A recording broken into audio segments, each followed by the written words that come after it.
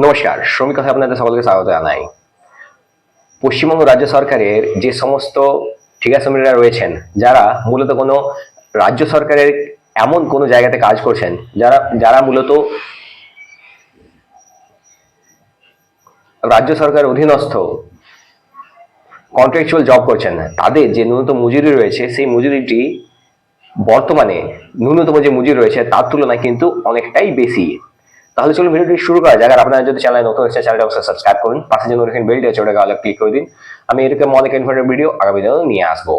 তাহলে চলুন সেই পিডিএফ ফাইলটি দেখা যাক, যেটা মূলত রাজ্য সরকারের অধীনস্থ কর্মচারী রয়েছেন তাদের জন্য। এটা কিন্তু মিনিমাম ওয়েজের সাথে আপনারা মিলাবেন না, এটা সম্পূর্ণ আলাদা যারা রয়েছেন তাদের ক্ষেত্রে।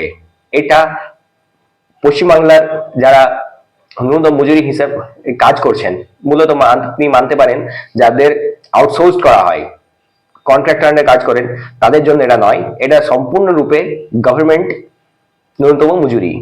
দেখুন, আপনারা এখানে দেখতে পাচ্ছেন government of West Bengal finance audit department, Nabanna, Mandirtala, Howrah. এখান থেকে এই যে নোটিফিকেশনটি রয়েছে, এই নোটিফিকেশনটি একটু পুরনো। এই নোটিফিকেশনটি 1 মার্চ 2024-এর, কিন্তু বর্তমানে চলছে 2026। এখানে যে নোটিফিকেশন বলা হয়েছে, এখানে আপনারা দেখতে পারেন নাম্বার 1091FP2। এটার একটি কোর্ট অর্ডার রয়েছে। কোর্ট অর্ডার অনুযায়ী যারা রাজ্য সরকারের অধীনস্থ কোনো কন্ট্রাক্ট বা ক্যাজুয়াল ওয়ার্কার হিসেবে কাজ করছেন ভ্যারিয়াস গভর্নমেন্ট এস্টাবলিশমেন্ট, বিভিন্ন সরকারি দপ্তরে, তাদের জন্য এটি এটি মোটেও মিনিমাম ওয়েজেস একটার সাথে এটা গুলাবেন না, এটা একদমই আলাদা। এখানে যে কথাটি বলা হয়েছে আপনারা দেখতে পারেন, the question of enhancement of remuneration of the casual contractual workers engaged in various government establishment in terms of memo number 9008 FP dated 16/11 has been under active consideration of the government for some time past। 2011 এই court order অনুযায়ী এখানে যারা casual বা contract worker হিসেবে কাজ করছেন বিভিন্ন পশ্চিমবঙ্গ সরকারের গভর্নমেন্ট অফিসে, সেখানে তাদের জন্য এটি। এখানে বলা হয়েছে, after the careful consideration of the matter, the undersigned is directed by the governor to say that the governor has been pleased to decide as follows। এখানে যে যিনি গভর্নর রয়েছেন উনি এখানে যে মিনিমাম ওয়েজেসটি রয়েছে এটি রিভাইজ করার পর যে কন্ট্রাক্ট ওয়ার্কার যারা থাকেন তাদেরকে এই টাকাটি দেওয়া হয়। উইথ ইফেক্ট ফ্রম, এখানে আপনি দেখতে পাচ্ছেন, from 1 April 2024 the consolidated monthly remuneration of the above categories of workers will be revised as follows। এখানে আপনারা একটা জিনিস স্পষ্টভাবে দেখতে পাচ্ছেন, যারা পরীক্ষার মাধ্যমে, ইন্টারভিউর মাধ্যমে কন্ট্রাক্ট বা আউটসোর্সিং ওয়ার্কার যারা রয়েছেন বা ক্যাজুয়াল ওয়ার্কার যারা রয়েছেন তাদেরকে এইখানে এই রুলটির দ্বারা আপনারা ভালো করে এখানে দেখে নিন, in established in terms of memo number 9008, এটা অনুযায়ী যাদের রিক্রুটমেন্ট হয়েছে তাদের জন্য এই মান্থলি রিমুনারেশনটি। এখানে দেখুন গ্রুপ ডি ওয়ার্কারদের জন্য কত রয়েছে, এখানে আপনারা দেখতে পাচ্ছেন। দেখুন, group D on initial engagement, প্রথম যখন উনি এখানে রিক্রুটমেন্ট হবেন না ওনার, তখন প্রথম বছরে উনি পাবেন দেখুন 15,000 করে, প্রথম 5 বছর 15,000, তার 5 বছর পার হয়ে যাওয়ার পর 600 টাকা ইনক্রিমেন্ট থাকবে ইয়ারলি। এখানে দেখুন, তারপর 19,000, তারপর 24,000, তারপর 30,000, তারপর 37,000, total on completion of the 20 years for the initial engagement. Duty join করার পর 20 বছর পরে ওনার সার্ভিসের স্যালারি হবে 37,000 টাকা। এটা হচ্ছে রাজ্য সরকার কর্মচারীদের।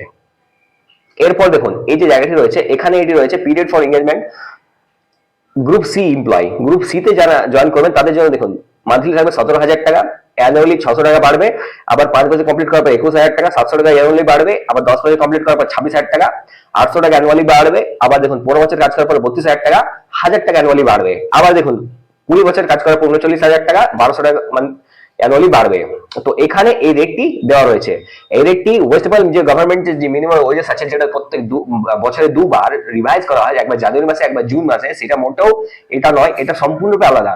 মনে রাখবেন, আপনাদের যদি রিক্রুটমেন্ট নোটিফিকেশন মারফত হয়েছে, আপনার ইন্টারভিউ হয়েছে, আপনার পরীক্ষা হয়েছে, তারপর আপনার জয়নিং লেটার দেওয়া হয়েছে, তারপর আপনি সার্ভিস করে যাচ্ছেন একটা নির্দিষ্ট পোস্টে, যেখানে সরকারি নিয়োগ নীতি নির্ধারণ মানা হয়েছে, সেইখানে এই রুলটি প্রযোজ্য লাগু করা হয়। আদারওয়াইজ অন্য যত জায়গা রয়েছে সেগুলোর মধ্যে এটা মোটেও লাগু করা হয় না, সেটা সেই জায়গাগুলোতে এটা প্রযোজ্য নয়। কেননা আউটসোর্সিং কন্ট্রাক্ট ওয়ার্কার হিসেবে যদি কেউ কাজ করছেন সেই জায়গাতে এটা মোটেও মিলন স্যার নয়, এটা সম্পূর্ণ একটি গভর্নমেন্ট নির্দেশ দ্বারাই রিক্রুট করা হয়ে থাকে। এই জায়গাটা আপনারা দেখতে পারেন যে remuneration of the above categories of contractual workers may be fixed in the above revised remuneration structure based on the number of completed years since the initial engagement without any break in the present assignment. দেখুন এখানে যে কাজটি রয়েছে সেটা without any break, কোনো break ছাড়াই ওনার যখন এই কাজটি অ্যাসাইন করা হয়েছে তারপরেই কিন্তু ওনার যত বছর বাড়বে, যত বছর ওনার সার্ভিস হয়ে যাবে সেই অনুযায়ী তার ওনার কিন্তু স্যালারিটা ইনক্রিমেন্ট করা হবে।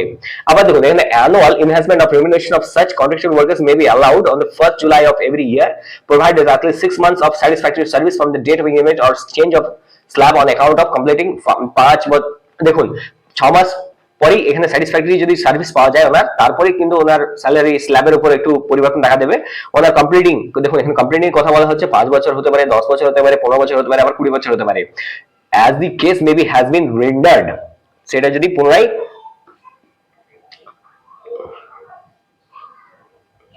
আবার ওনাকে কাজে যদি লাগানো হয় হয়ে থাকে। এই ক্ষেত্রে আপনারা এই জায়গাটা একটু লক্ষ্য করবেন, এখানে দেওয়া রয়েছে annual investment of remuneration such contractual workers. দেখুন জুলাই মাসের 1 জুলাই এখানে হয়ে যাবে 5 বছর, 5 বছর, 10 বছর, 15 বছর, 20 বছর। এই জায়গাটা এখানে ক্লিয়ারলি বলা হয়েছে 6 মাস অন্তর তার স্যাটিসফ্যাক্টরি পারফরম্যান্সটা তাকে সেখানে চেক করা হবে।